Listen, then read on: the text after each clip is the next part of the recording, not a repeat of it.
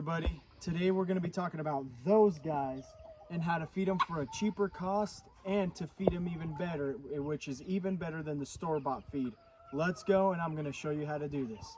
All right, and the reason why we do this is two major reasons. The first one is whenever you ferment feed, which means you let your feed sit in water overnight, what it does is it allows the chickens to better grab nutrients from the feed, therefore making it more filling for them so they won't eat as much.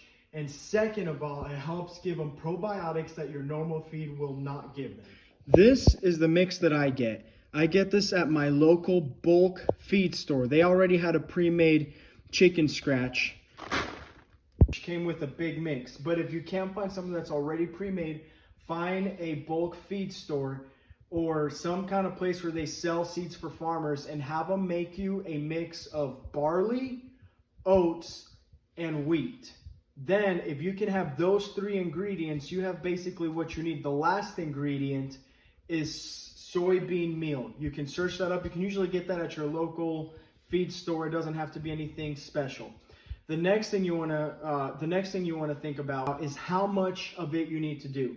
What you need to do is 1 part of your chicken scratch, which is the mix of barley, oats, and wheat, or whatever you can get that's similar to that, to 1/3 part soybean meal.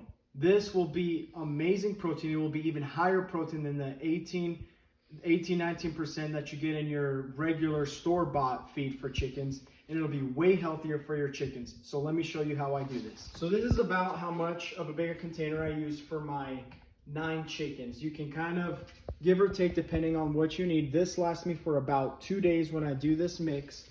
So if you have 20 chickens, it might only last you 1 day. If you have half of that, well, it's going to last you a little bit longer.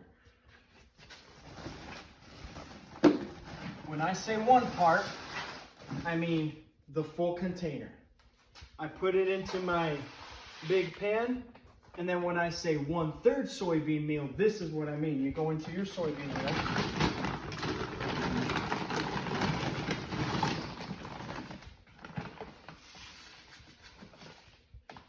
And you do about 1/3 of the container. The line is right about here. It's hard to see. So about 1/3 of the container, you put it in with your feed.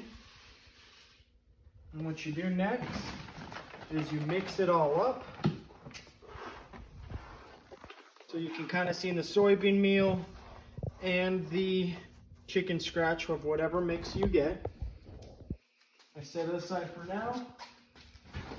And then I go get water. I got some water in a bucket, and this is what I fill it to. I'm gonna fill it up to where the water is sitting about 1/2 inch above the feed. It's a little uneven here, but I know that that's gonna work. So you go to about 1/2 inch, and then that food is going to grow because it's getting rehydrated, and you'll see it rise. This amount that I just made lasts my batch of 9 chickens for 2 days.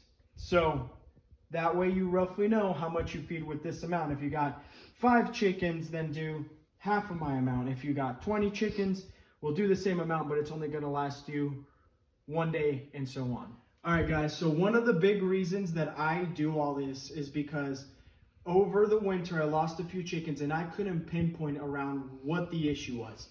As a lot of people heard, Purina, Tractor Supply, all these people that have the same company that make the feed, for some reason, chickens were dying. I lost about 5 chickens. And as soon as I started giving my chickens this kind of mix, they're way healthier. They're actually producing more eggs. And in the past, I've done a similar mix before this whole problem started. And my chickens were laying even almost into winter. It wasn't every single day, but it was more often.